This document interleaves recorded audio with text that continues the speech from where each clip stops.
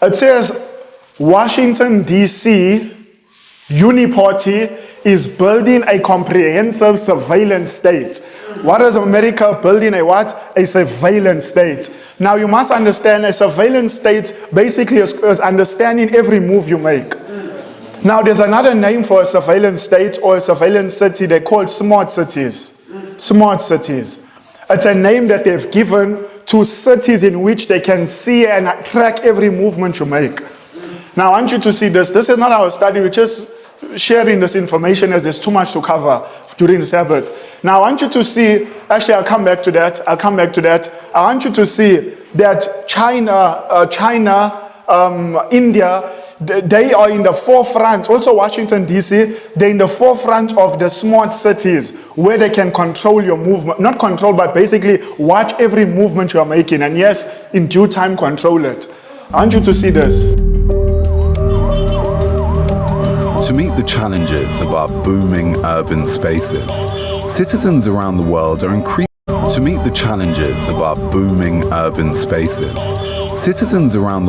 increasingly being told that their cities need to become smart.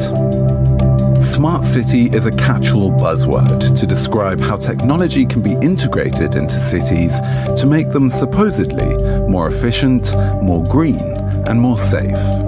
But the smart city approach is also radically changing the metropolis in ways that make citizens more watched and trackable than ever before. You can see that transformation in two cities that have labeled themselves smart. Hyderabad in India, one of the most surveilled places on the planet, and Hong Kong. The Hong Kong government launched what is called the Smart City Project, and they are actually aiming to be a world-class smart city. And what it means is you see more and more surveillance cameras in Hong Kong.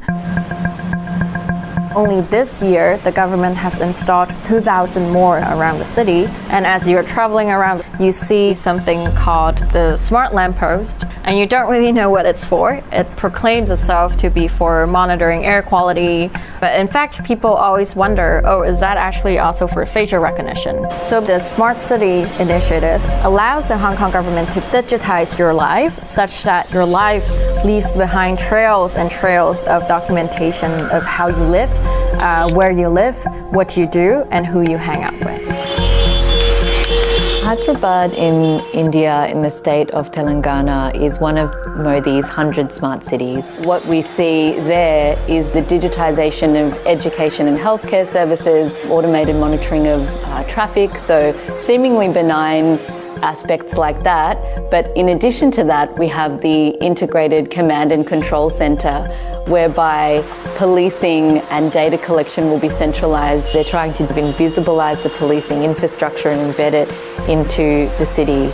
And so you've got thousands of cameras.